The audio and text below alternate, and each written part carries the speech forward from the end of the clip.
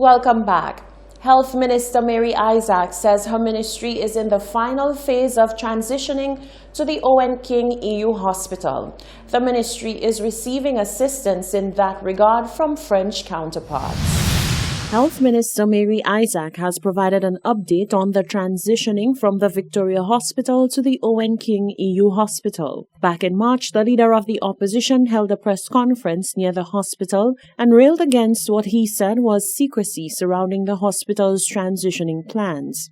The opposition has openly and strongly opposed the public-private partnership agreement that the government is pursuing with the management of the hospital. In spite of whatever controversy or challenges that have been encountered, Minister Isaac says plans are moving along.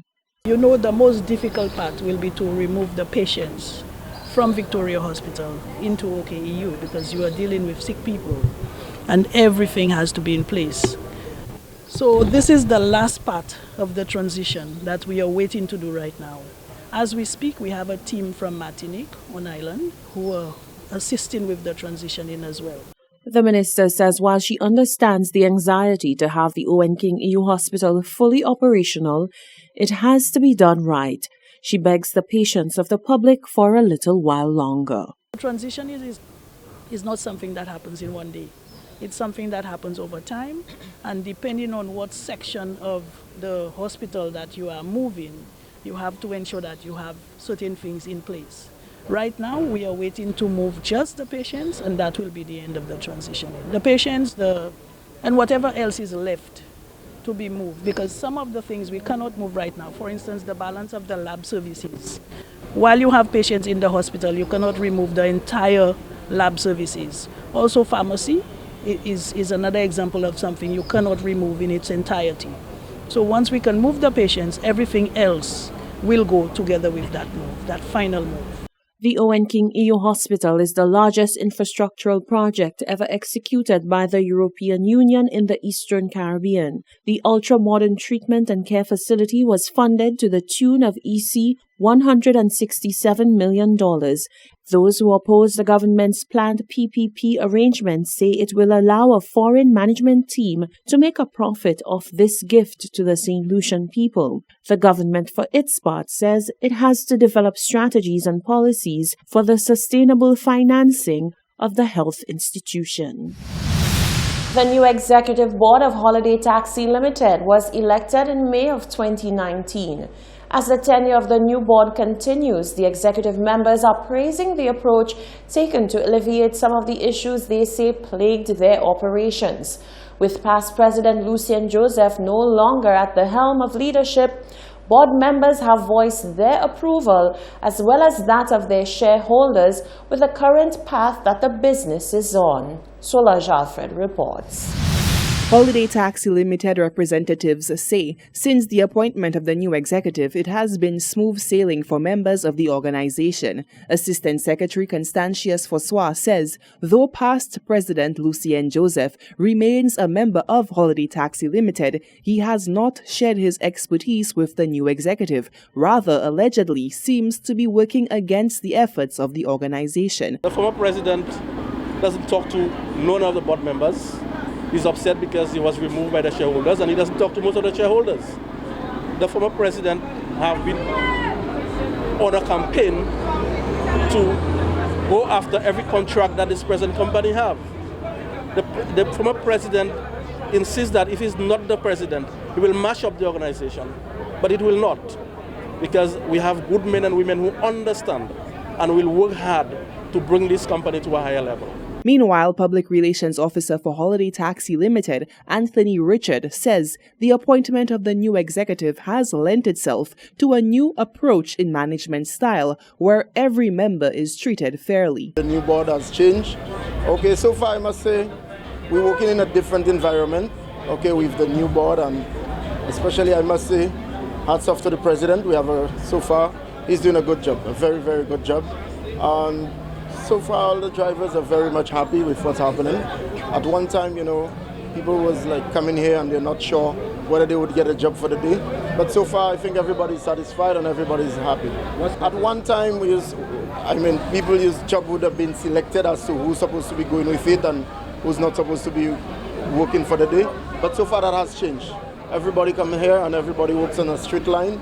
And it doesn't matter who you are, but when it comes to you, it's yours. The controversial secret ballot election that led to the instatement of the new executive and the ousting of the then president, Lucien Joseph, was praised by Assistant Secretary Constantius Fossois. We had to go through, like I said before, the courts in order to get the former president to agree to have secret ballots, so that we could have put things in order the way we wanted to. And I'm very happy as to the way the shareholders are responding to what we've done so far. We have a president now who understands, and we can sit and talk and discuss things and then do things in the interest of the shareholders. That's who we are there to represent. And that's not only, if I tell you that, you might not believe me, but you can speak to the shareholders themselves, and they will tell you how happy they are right now that there is no more victimization, there's no time to insult or threaten people anymore. But every shareholder have the right to talk and to express themselves, and they respect us and we respect them. In June of 2019, a month after the election of the new executive board, a fire blazed through the accounts department of the organization's headquarters, destroying records and equipment. The new executive says the matter is still being investigated by the police and was unable to provide any updates. Reporting for Hot 7 News, I am Solange Alfred. Meager payments for child support is no issue, so says Senator Fortuna Belrose. Before heading into the sitting of Senate on Thursday, the senator said advocacy and lobbying for change in the social structure is the responsibility of all members of society and not just female parliamentarians or female ministers. Belrose echoed sentiments expressed by Minister for Social Transformation Leonard Montoute when he stated that the current affairs as it relates to child maintenance is greatly failing families. The issue of child maintenance in St. Lucia is a sore spot for the island. The issuance of the sum of $125 to $200 monthly by a parent towards the well-being of a child is being questioned as to whether or not the amount is substantial. Some have called on female parliamentarians and government officials to make a more concerted effort to lobby for legislative change for this issue. However, Senator Fortuna Belrose says all members of society must play their part in advocating for the change needed. I think the whole society needs to lobby. I mean, we need to advocate. I think the issue of minor amounts being given for child maintenance is something that has affected the society for a number of years. You know, there's no way the maintaining a child for $250, I think, per month is adequate. And I think it's something that we are looking at. I think the onus is on the government to continue to work towards ensuring that we provide avenues for employment for people, because we do have still a very high level of unemployment, whether it be 15%, 10%, 5%, 2%. We need to ensure that we have an environment where everybody is working and they can afford to meet their obligations. I think in the past this has been an issue. It continues to be an issue. It will always be an issue because one can never really fully measure the cost, you understand, of maintenance of a child. Currently, parents unable to pay the monthly child support fee can be taken into custody. Reporters pressed Belrose on this penalty attached to child maintenance delinquency. Don't you think that the fathers, right? The court should be a little more flexible because you have some fathers who are better off than others. So shouldn't it be according to the individual circumstances of the father, like, you know, take into consideration whether he's working or if he is, he's in a better position to pay more or, you know, maybe his salary and stuff like that, these things? Well, I think, of course, you have to look at the individual situation, particularly around employment and employment. But I think there must be a way to measure how much it costs so that people are not just looked at and determined, well, you have money and you should be paying more and you should be paying more. There should be a measuring stick. And, of course, we have to ensure that we get to this point. But I think the key thing is to be in an environment where our citizens all understand that they have an obligation when they have a child and they have to do whatever they can to ensure that they maintain and meet the commitments with respect to the development of the children. What about incarceration of fathers who are unemployed?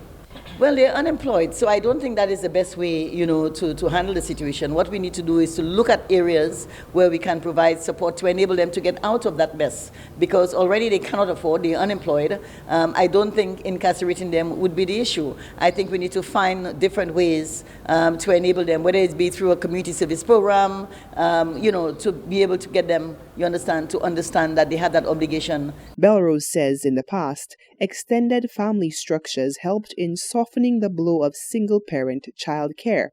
However, the shift away from that structure has caused an increase in costs for single parents. She says movements towards family aiding family can be looked into to ensure children are well cared for. Reporting for Hot 7 News, I am Solange Alfred. You're watching the Hot 7 TV Nightly News. Stay with us. We'll be right back.